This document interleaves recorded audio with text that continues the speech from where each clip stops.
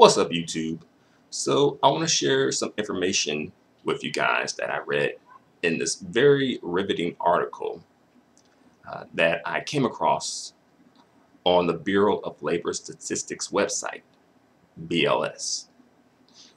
And this article was published in the Monthly Labor Review, a BLS periodical, and it was published in February 2007.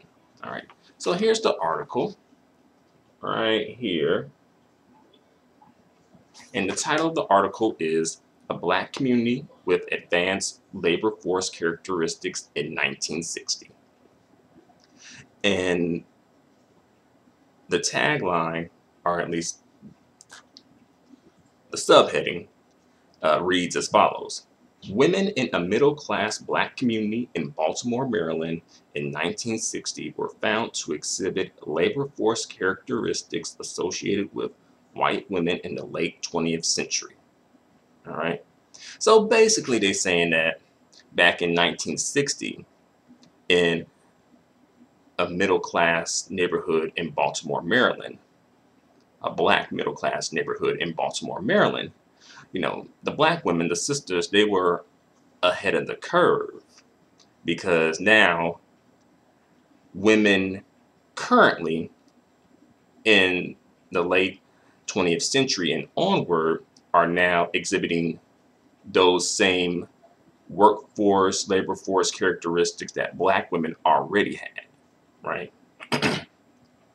And I also think that this is low-key one of the reasons why feminism didn't really appeal to many black women, because black women are like, well, they've been working outside the house, just not a necessity, right? But this article was written by Ruth B. McKay. And Ruth McKay is a statistician, formerly in the Statistical Methods Division, Bureau of Labor Statistics. And, you know, she is, again, the author of this article. And this article is about 6 pages in total, 5 if you exclude the references. So about 5 pages worth of information here, that's, you know, to read. But I pretty much just want to give a bit of a summary of this article and kind of just talk about some of the things that comes up in the article because it's pretty interesting, all right? And as well, you know, kind of like celebrate us a bit, you know? So here we go. An American community in which 80% of women are college educated, work in the professions, delay marriage and childbearing until their late 20s, and return to work within a few years of childbirth would not seem remarkable in 2007, right? However, a community with these characteristics in 1960 would have appeared, quote unquote, off the charts to sociologists and labor economists alike. Yet these demographic characteristics were observed in an upper middle class African American community in Baltimore, Maryland in 1960. All right. So like I said, like these women here, they are ahead of the curve. All right. These black women here, they were ahead of their time. All right. So a brief breakdown and explanation of how this information that Ruth McKay cites in the article was obtained, okay? Information on this community was collected as part of a large-scale University of Maryland medical school study of social class, socialization patterns, and personality development in Baltimore's African-American community between September 1960 and June 1962. All right. And, you know, this article focuses on the distinctive labor force characteristics of the women in the black middle class community in Baltimore, Maryland. Right. So what happened here was a group of researchers went to a black community, a middle class black community in Baltimore, Maryland. All right. and conducted ethnographic research, right? And they used the women in the community in Baltimore, and they also compared the community to a group of white women in Massachusetts. All right. Both of the comparisons in the 60s, by the way. So, the 1960 study collected demographic information from 169 families in the Baltimore chapter of Lads and Lassies, a prestigious national Black family and children's organization. And this is a fictitious name, by the way. I think this may be the group called Jack and Jill, if I'm not mistaken. It could be, I'm not sure, but I believe there is a group called Jack and Jill, which sounds really similar to how lads and lassies are described in this article. All right.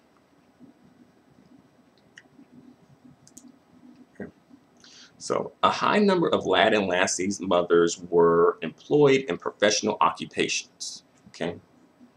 These mothers reported returning to work within months or a year or two after giving birth because of the importance of their incomes in maintaining an upper middle class family lifestyle. In addition, the Baltimore Black mothers reported that there was an expectation in their community that a woman with professional training would wish to work. So as well, there's being sort of a socio-cultural factor that plays into, Black women getting back to work, as well as a socio-economic factor, of course, too.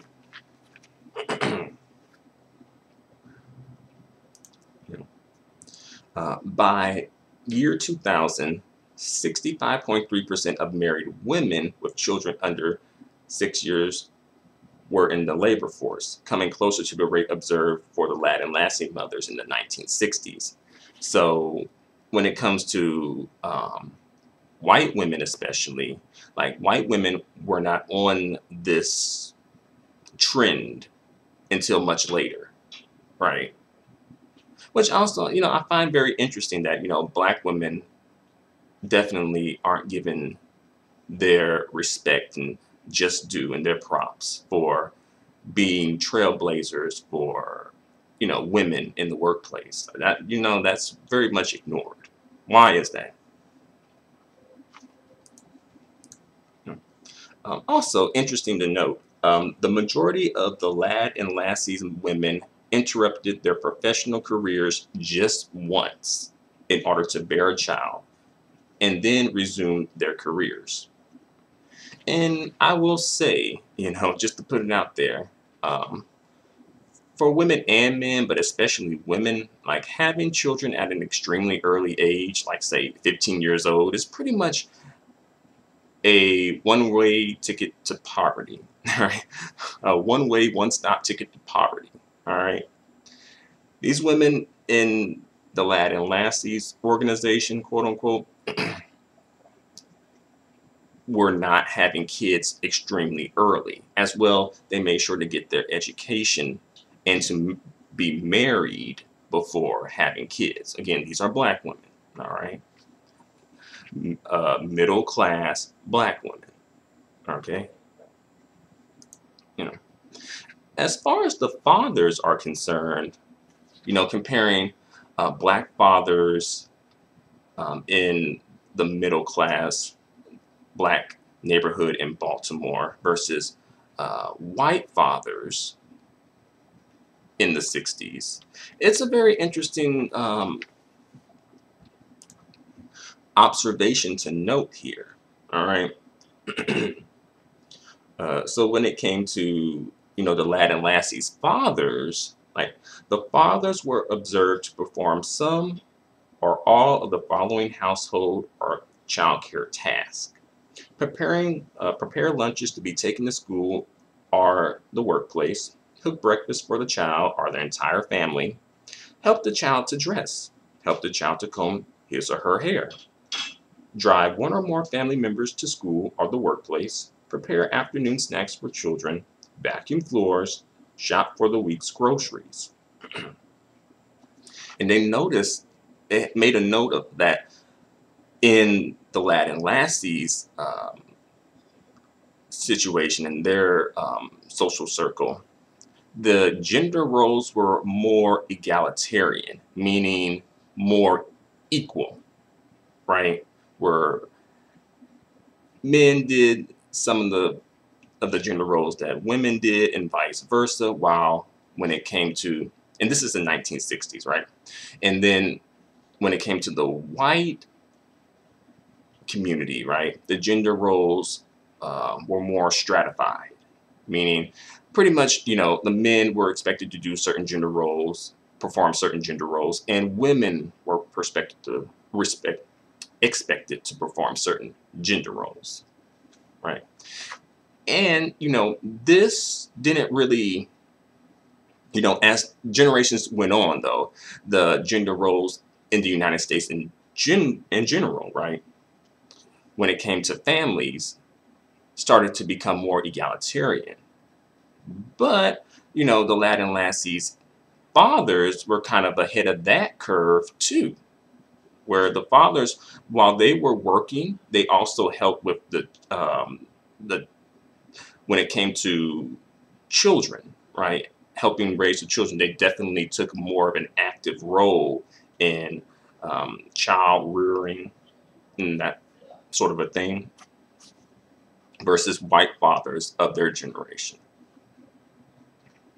And also this sort of you know, goes on to help maybe support that CDC study that I did a video on, where it's like when black fathers are present, they really are very hands-on, right? So as you can see, these fathers, based on the information and the ethnographic research and data that they took from the lad and lassie's families, these fathers were, you know, very much hands-on. And that's important to note too, right? So it's like, this is not like really interesting here, you know, because as the article states, the participation of the lad and lassie's fathers in household duties and childcare was uncommon compared with the social or societal norms of the 1960s, right? It was not until the 1990s that the sociological studies documented an attitude shift toward more egalitarian gender roles within U.S. households. And, you know, not to be negative, but perhaps maybe this is sort of an issue that comes up when it comes to gender role issues and confusion in the black community as well. Although in this particular situation, I think this gender role egalitarianism helps and works well. But I think in some instances, because black men and black women's pay rate seems to be very much on par with each other versus white women and white men's pay rate, which seems to be more stratified, you know, a bigger difference. You know, it's like, it's like, could perhaps this play a role in some gender role issues that we have in the black community, perhaps?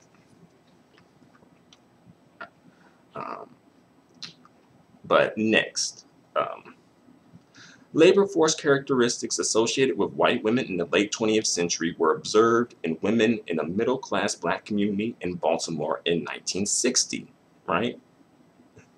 So again, you know, sisters ahead of the trend here. Our sisters setting the trend here, you know, ahead of the curve, ahead of the trend, right? Trailblazers. The relative economic equality of men and women in the Baltimore community stemmed from a segregated occupational structure in which black men did not receive the same financial compensation as white men with similar educational training. Therefore, for the black middle-class family to enjoy a comfortable standard of living, it was necessary for the wife to return to work soon after the birth of a child, and to continue to work for most of her life. All right. So sisters helping hold the black community down, hold the community down, you know. Uh, in contrast, the family pattern of the more highly paid white male college graduate whose single salary was sufficient to provide his family a middle class standard of living. All right. There's a big contrast here, right? In the college educated, sorry, even the college educated wives of white professionals in the 1960s tended to begin childbearing in their early to mid 20s. While the Latin Lassies, the black women in the Latin Lassies organization, they had children a little later, more like late 20s and early 30s, right? These women then devoted most of their young and middle adult years to the home and childcare. As late as 1977, the majority of U.S. men and women subscribed to the belief that, quote unquote, it is better for everyone if the man is the achiever outside the home and the woman takes care of the home and the family. All right. And this definitely is something to note. And I feel like were black families, especially black women, allotted this luxury? Most of the time, no, they weren't. In order for them to enjoy, like the article says, like order for them to enjoy a middle class lifestyle, pretty much both of them had to work. The black men and black women had to work, right? So again, it kind of puts black women and black men low key on par with each other in that general confusion, though, right? And it helps when it comes to families, you know. And I will say that when it comes to statistics, as far as like children who do very well versus children who, you know, maybe drop out of high school or get incarcerated, I think family structure plays a big role in that. Because if you were to compare a black middle class family to a white middle class family, both having two parents in the household, those statistics of when it comes to kids are more or less on par with each other. Like white kids and black kids more or less are on par with each other.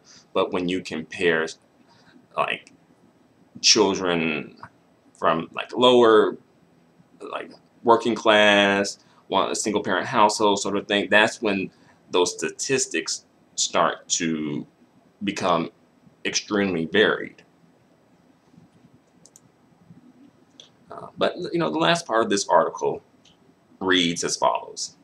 As white women achieve greater educational, occupational, and economic parity with men over the last decades of the 20th century, their social and household roles, fertility patterns, and child socialization practices came to resemble those observed in the black lad and lassie's mothers in Baltimore in 1960.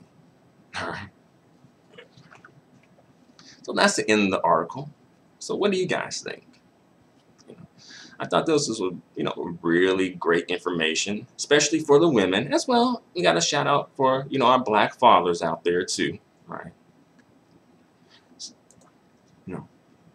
I would like to see some studies on, as far as this group of lad and lassies are concerned, I would like to see a study done on their children, like the children who were born during this time, and see where their careers ended up.